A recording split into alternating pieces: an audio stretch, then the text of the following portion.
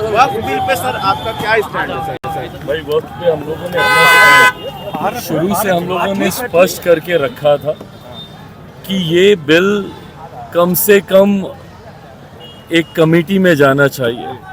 मुझे खुशी है इस बात की कि जिस तरीके से जेपीसी का गठन करके जेपीसी में इसको भेजा गया, हम लोगों की ख्वाहिश ये थी कि कम से कम हर एक स्टेक होल्डर जो इससे जुड़ा हुआ है उसको अपनी बातों को रखने का मौका मिलना चाहिए।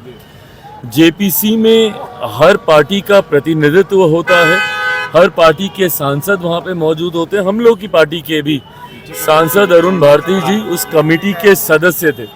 उस कमेटी के समक्ष वक्त से जुड़े हुए हर एक स्टेक होल्डर ने आके अपनी बातों को रखा। मुस्लिमों में भी कई ऐसे हैं जिन्होंने अधिकांश इससे जुड़े हुए जितने भी बिंदु हैं उस पे समर्थन अपना देने का काम किया। हम लोगों ने शुरू से इस बात को स्पष्ट करके रखा था कि कमेटी की जो रिपोर्ट आएगी, लोक जनशक्ति पार्टी रामविलास उसका समर्थन करेगी।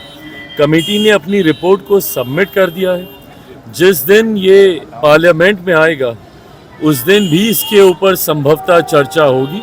चर्चा में अगर कुछ और पार्टी को अपनी तरफ से रखने की जरूरत होगी तो लोकसभा में सदन के पटल पे उसको रखा जाएगा। ईद और नवरात्रि को लेकर जिस तरीके से माहौल बनाया जा रहा है, कैसे देखते हैं इसको? फालतू की बातें हैं ये सब, कोई ज़रूरत नहीं है। दशकों से ये सब होता आ रहा है। भारत का पुराना इतिहास रहा है जहाँ पे हर धर्म से आने वाले लोगों ने भाईचारे के तहत अपने अपने धर्म का विस्तार करते हुए बहुत ही सहज तरीके से जीवन व्यापन किया है।